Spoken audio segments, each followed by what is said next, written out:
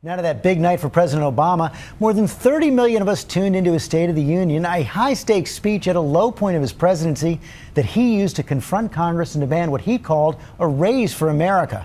Let's bring in ABC's John Carl for more on this. And John, the White House knows that one speech won't make a big difference without a follow-up campaign.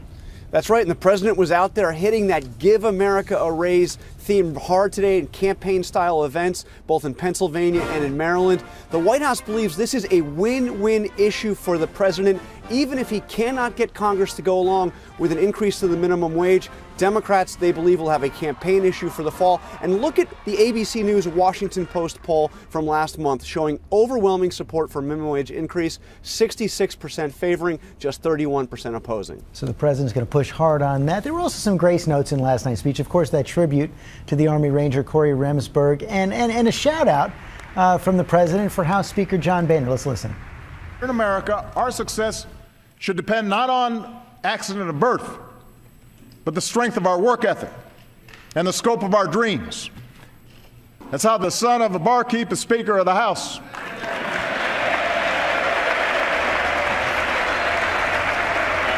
A lot of cheers there, John, and there are some signs of a thaw between the parties in the Capitol.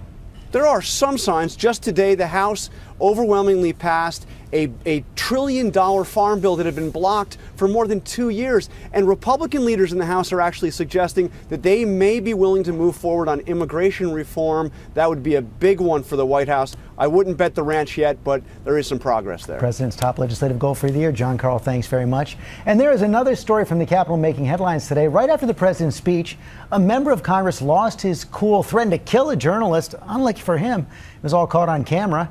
Today, the congressman's apologizing, and ABC's Jeff Zeleny looks at whether that's too little, too late. I really do have to go back to work. Today, New York Congressman Michael Grimm was a model of contrition. I was wrong. It shouldn't have happened. We saw a very different side of the congressman last night when he walked away after a reporter asked about an investigation against him. We wanted to get him on camera on that, but he, as you saw, refused to talk about that. Back to you. Watch as the congressman returns. Why? Let me be clear to you. You have to do that to me again. I'll tell you.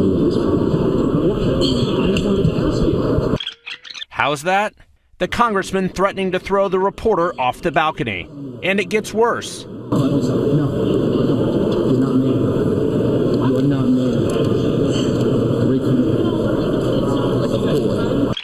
Yes, that's right. A congressman saying, "I'll break you in half like a boy."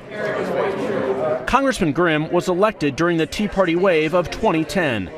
A retired Marine and former FBI agent, he's now under investigation by the FBI himself to determine whether he solicited illegal campaign contributions. And that's what the reporter was trying to ask the congressman when he stormed off. On Capitol Hill, the story played out all day long, with one apology after another. I'm sure my Italian mother is going to, be yelling at me saying you weren't raised that way, and she's right. It was not the State of the Union response Republicans had in mind.